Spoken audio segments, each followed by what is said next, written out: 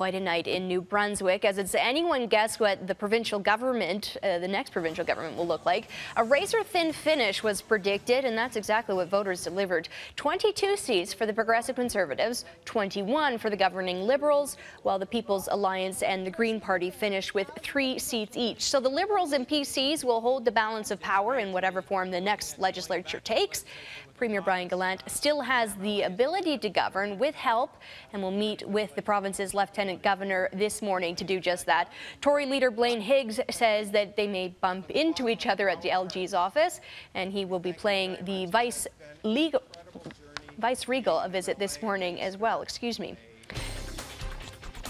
Danielle Smith from 770 CHQR joins us this morning to continue this conversation. Danielle, a virtual dead heat between these parties.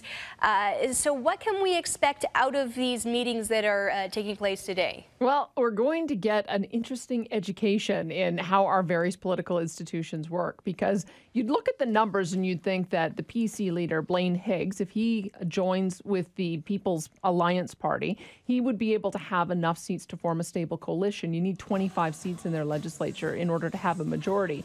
The numbers just don't work for Brian Gallant with the Greens. They're only at 24, but here's the little twist. When you end up with a minority where you don't have a clear leader, it's the governing party that gets the first stab at forming government.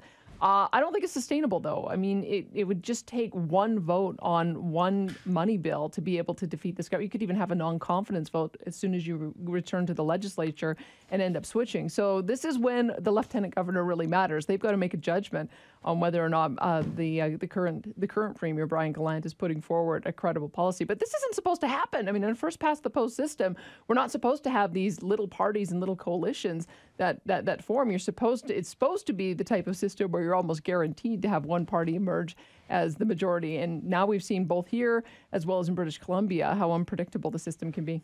You're saying just how unsustainable this is. How long can we expect this coalition will last? Well, I would anticipate that a Liberal-Green coalition wouldn't last very long at all. But I'm going to talk with someone today, Tim Powers, who is a political analyst who's from the Atlantic region. So he might be able to tell us a little bit more about some of the dynamics that are at play.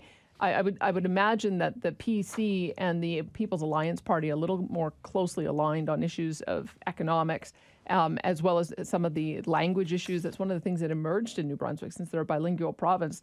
Blaine Higgs doesn't speak French, and the leader of the People's Alliance Party has campaigned against certain aspects of official bilingualism. So just on the surface, it seems like those two parties have a greater chance. They've got the numbers, but also they seem to be a little bit more in sync on policies. They have a better chance, I think, of forming a coalition that has some durability. So we're going to watch and see how this plays out.